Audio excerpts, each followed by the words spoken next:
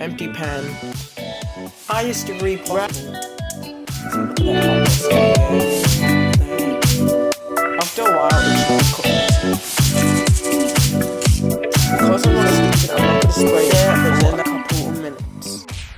After a while, it should probably explode. I did not think. Let's continue. Now that you have your pan, turn this all off.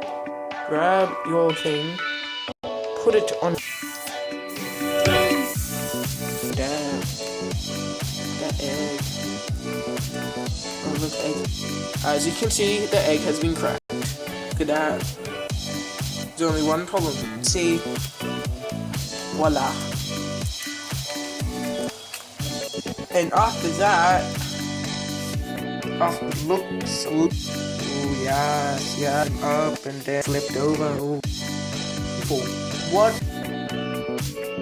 So yeah, let's see what this tastes. Still got its eggshells in it still.